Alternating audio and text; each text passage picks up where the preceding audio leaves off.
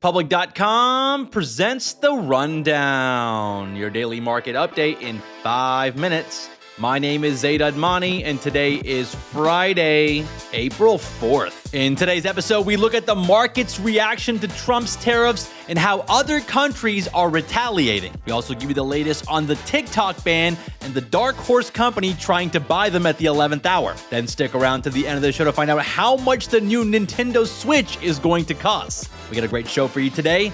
Let's go. Well, guys, the stock market had its worst day since 2020 yesterday. You know things are bad when you're putting up COVID comps. The S&P 500 tanked nearly 5%. The Nasdaq dropped nearly 6%. Overall, the stock market shed $3.1 trillion in value on Thursday. It was a total bloodbath as investors freaked out from all the tariffs announced by Trump this week. The S&P is now down more than 12% from its all-time highs that it set back in February. The Nasdaq is down 17% from its all-time highs. And the sell-offs just continue to get worse today because countries are starting to retaliate with their own tariffs. China just announced a 34% tariff on all imports from the U.S. starting April 10th. And this might just be the beginning. Other countries might retaliate too.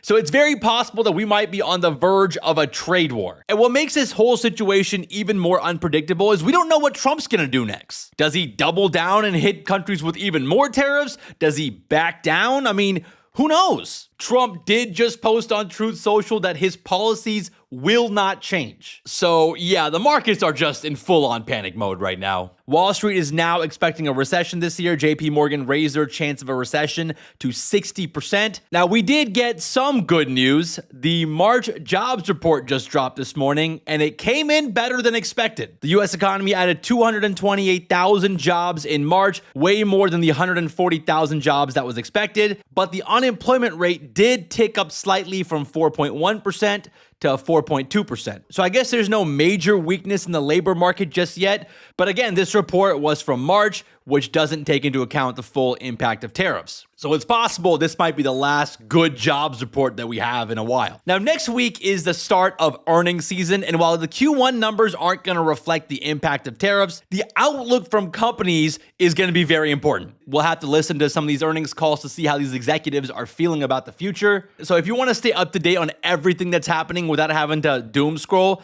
then definitely get subscribed to the podcast and hit that notification bell on Spotify or Apple so you're notified as soon as a new episode goes up. We post new episodes 6 times a week, so we'll make sure you guys are in the loop. And, we'll try to lighten the mood a little bit by throwing in some jokes where we can, even though it's pretty hard to do that right now. Let's run through some headlines.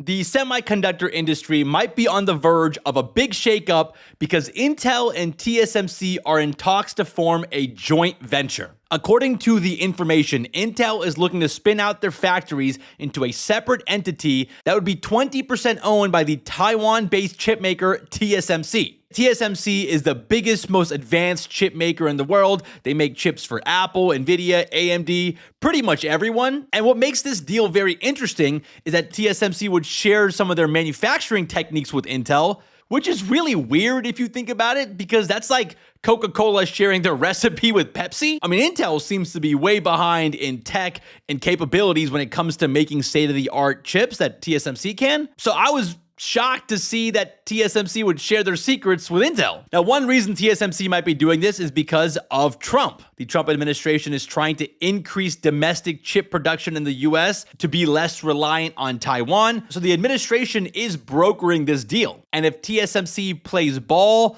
that might help them get a favorable trade agreement with the Trump administration. Also, if TSMC starts sharing some of their secrets with Intel, then Intel wouldn't be incentivized to innovate and just be fully reliant on TSMC, removing them as a potential threat to TSMC. So there might be some 4D chess happening here. But honestly, I don't blame Intel for this because they had to do something. The US chip maker has been struggling for years. In fact, last year, Intel lost over $18 billion and ended up firing their CEO. Their new CEO, Lip Bhutan, took over last month, and it looks like he's ready to shake things up. But not everyone from Intel is thrilled about this because this could lead to further layoffs at the company. Investors did initially like this deal, though. Intel stock jumped nearly 10% yesterday after this news came out, but the stock has given most of that back today. I think it's because this deal is still in the early stages, plus there's all the uncertainty around an economic slowdown and the tariffs and stuff. Speaking of uncertainty, we have to talk about TikTok because the app might get banned again this weekend. TikTok's deadline to divest and sell to a US owner